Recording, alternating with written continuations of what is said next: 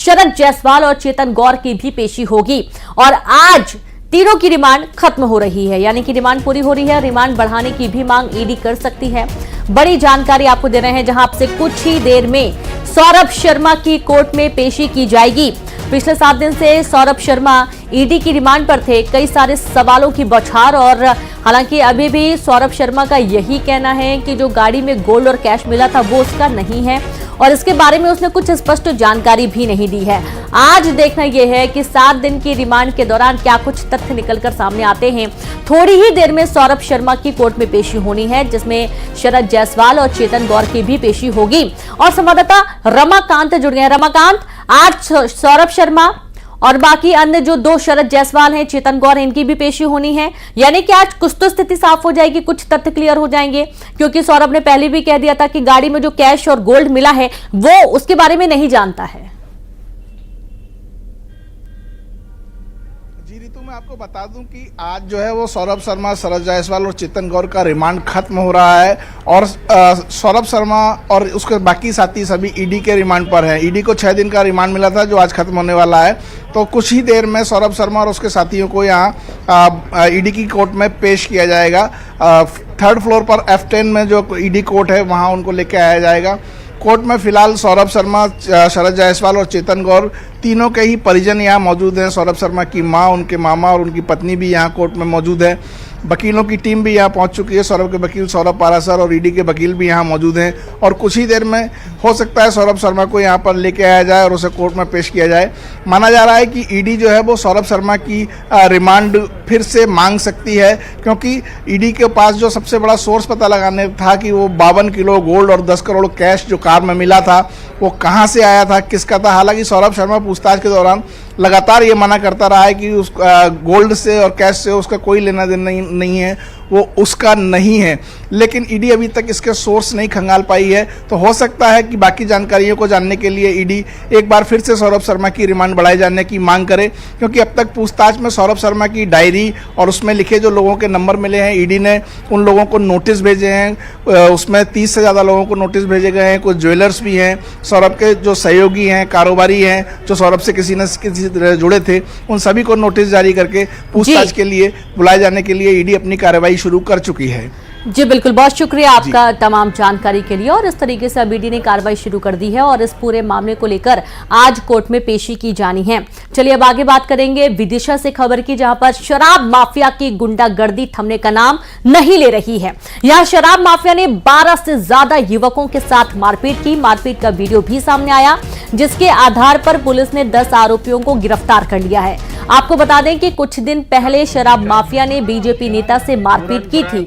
बड़ी जानकारी विदिशा से है, जहां शराब माफिया की गुंडागर्दी थमने का नाम नहीं ले रही है।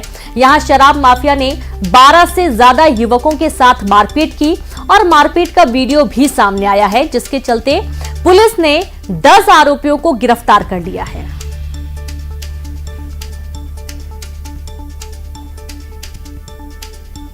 पूरा कराली के सामने कुछ लोगों ने एक व्यक्ति के सामने मारपीट की है। वीडियो वायरल हुआ था। उस वीडियो वायरल का संज्ञान लेते हुए एक आपराधिक प्रकरण पंजीबद्ध किया गया है और अभी हमने जांच के दौरान कुछ लोगों सामने आए थे तो 10 लोगों को गिरफ्तार किया गया है और उनके खिलाफ धारा 170 के तहत गिरफ्तारी की गई है और वीडियो में संबंधित से पहचान करा के उसमें भी प्रकरण में गिरफ्तारी की जा रही है। तो वहीं भिंड में कांग्रेस के वरिष्ठ नेता डॉक्टर गोविंद सिंह ने मंच से अफसरों को धमकी दे डाली है। मंच से भाषण देते हुए गोविंद सिंह ने कहा कि निर्दोषों के ट्रैक्टर ट्रॉली पकड़े तो मुझे बताना, छाती से ट्रैक्टर ट्रॉली खींच कर लाएंगे। फिरौती लेकर ट्रैक्टर ट्रॉली छोड़ने वालों, जितना रुपया लूटा है उतना तेरे पेट से बाहर निकालेंगे।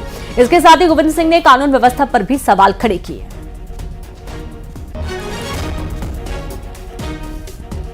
तो ये विवादित बयान गोविंद सिंह का खुले मंच से सामने आया है और इसको लेकर अब सियासत भी हो रही है। बिना किसी कारण, बिना रेत के किसी के साधारण उठा के ट्रैक्टर वाहन बंद करता है तो आप हमें बताना, हम लोग आके इसकी छाती में से ट्रैक्टर खींच के लाएंगे।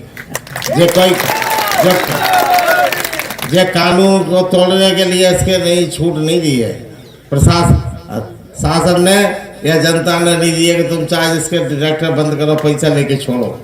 कई 3-3 महीने से ट्रैक्टर रख लेता है, किसी की गाड़ी खड़ी कर लेता है और फिर फिरौती लेके छोड़ता है, फिरौती लेके 1000 ले आओ, 2000 ले आओ। अरे जितना भी तूने लूटा है तेरे पेट से निकाल। और सीधे रुक करेंगे संवाददाता रवि रमन त्रिपाठी जुड़ गए। रवि रमन, ये किस तरीके का बयान है कि छाती से खींच कर ले आएंगे, पेट से निकाल लेंगे, और काफी कह सकते हैं कि शब्दों का चयन बहुत ही खराब, और ये समाज में कहीं ना कहीं हिंसा अराजकता फैलाने का भी देख सकते हैं इसको, इनके भाषण को। जी रेनू, जो आपने कहा है वो बिल्कुल सही कहा है कि डॉक्टर गोविंद सिंह जो है वो एक बहुत बड़े संवैधानिक पद पर विराजमान रहे हैं, पूर्व नेता प्रतिपक्ष भी रहे हैं और लार विधानसभा क्षेत्र से 7 बार के विधायक हैं, और कई जब कांग्रेस की सरकार में, दिग्विजय सरकार में इन पर कई अहम विभाग भी थे, तो ये पूर्व मंत्री भी रहे हैं, कद्दावर नेता हैं कांग्रेस के, और पूरे चंबल संभाग का नेतृत्व करते हैं कांग्रेस के दिग्गज नेता होने के नाते। लेकिन मैं आपको पूरा माजरा बताता हूं, ये बयान जो आया है वो आया किस वजह से है। चूंकि भिंड में बिगड़ी हुई कानून व्यवस्था को लेकर कांग्रेस का कल मछंड चौकी का घेराव था।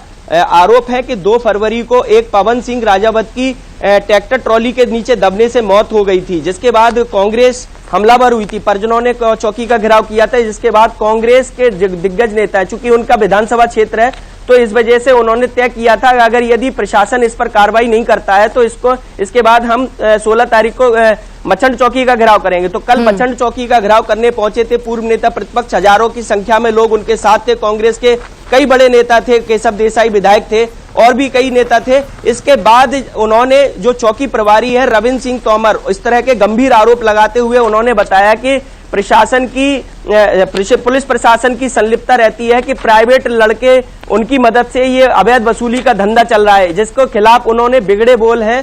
डॉक्टर गोविंद सिंह के इतने बिगड़े बोल निकलकर सामने आए, जहां पर वो सामने जो चौकी प्रभारी है रविंद्र सिंह तोमर, उनको हिदायत देते नजर आए हैं कि अगर यदि अब हमारे विधानसभा क्षेत्र में किसी भी कार्यकर्ता के साथ अन्य। ठीक है, बहुत शुक्रिया आपका रवि रमन तमाम जानकारी के लिए। और इस तरीके से जो वीडियो सामने आया इसको लेकर अब सियासत भी हो रही है। आगे बात करेंगे अगली खबर की, जहां खबर सतना से है, जहां पर जमीन विवाद में एक बुजुर्ग की हत्या कर दी गई। आरोपियों ने लाठी डंडों से हमला कर दिया और अस्पताल में इलाज के दौरान मौत हो गई। घटना की जानकारी मिलते ही पुलिस मौके पर पहुंची और मामले की जांच में जुट गई है। वहीं पुलिस ने कुछ संदिग्ध को हिरासत में लेकर पूछताछ कर रही है। बताया जा रहा है कि मृतक प्रदीप सिंह का जमीन को लेकर काफी समय से विवाद चल रहा था। पूरी घटना बकेमार गांव की बताई गई है। बड़ी जानकारी आपको दे रहे हैं सतना से, जहां पर जमीन विवाद के चलते एक बुजुर्ग की हत्या कर दी गई है और आरोपियों ने लाठी डंडों से पीट कर बुजुर्ग को मौत के घाट उतार दिया।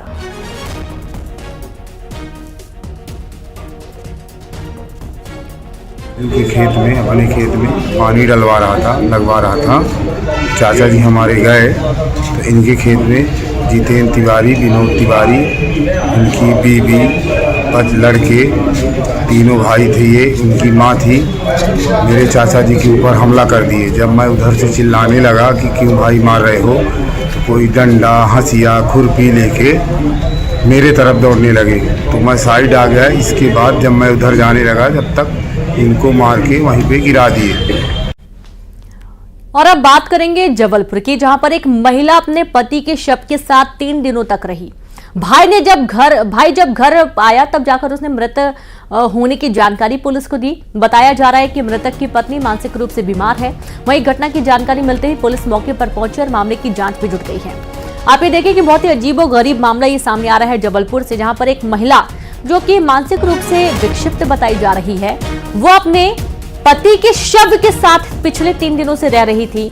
और जब भाई घर पहुंचा, उसने देखा कि युवक की मृत्यु हो चुकी है और उसने तुरंत पुलिस को सूचना दी। पुलिस मौके पर पहुंची है। मानसिक रूप से बीमार पत्नी बताई जा रही है। पूरी घटना की जानकारी पुलिस मौके पर पहुंचकर जानकारी जुटाने में जुटी हुई है, मामले की जांच में जुटी हुई है। युवक की मौत कैसे हुई है, क्या उसको हुआ था, किन कारणों से उसकी जान चली गई, और महिला 3 दिन से जो कि अपने मृत पति के साथ रह रही थी, क्या उसे बिल्कुल आभास नहीं हुआ है कि उसके पति की मृत्यु हो चुकी है। तमाम ये सवाल बने हुए हैं। और अब बात करेंगे ग्वालियर की, जहां पर फर्जी कॉलेज को मान्यता देने के मामले ने तूल पकड़ लिया है। दरअसल इसके विरोध में जीवाजी यूनिवर्सिटी में शिक्षक डॉक्टर अरुण शर्मा सत्याग्रह करेंगे और 24 घंटे तक यूनिवर्सिटी कैंपस में सत्याग्रह करेंगे। डॉक्टर अरुण शर्मा ने फर्जी कॉलेज का खुलासा किया था। ईओडब्ल्यू ने इस मामले में डॉक्टर अविनाश तिवारी समेत 17 लोगों के खिलाफ मामला दर्ज किया था, लेकिन केस दर्ज होने के बाद भी कुलगुरु ने इस्तीफा नहीं दिया है। कुलगुरु पर कार्रवाई की मांग को लेकर ही डॉक्टर अरुण शर्मा सत्याग्रह करेंगे।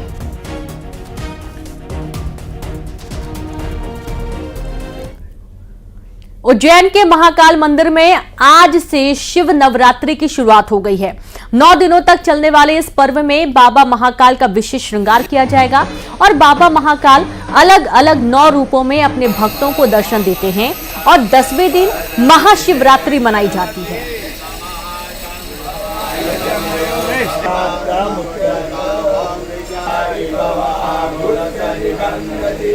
भगवान की जो शिवरात्रि पर्व है वो 9 दिन का पर्व है, नवरात्रि पर्व उसको बोलते हैं। 9 दिन भगवान का यहाँ अलग अलग श्रृंगार, पूजन, आरती इत्यादि होती है।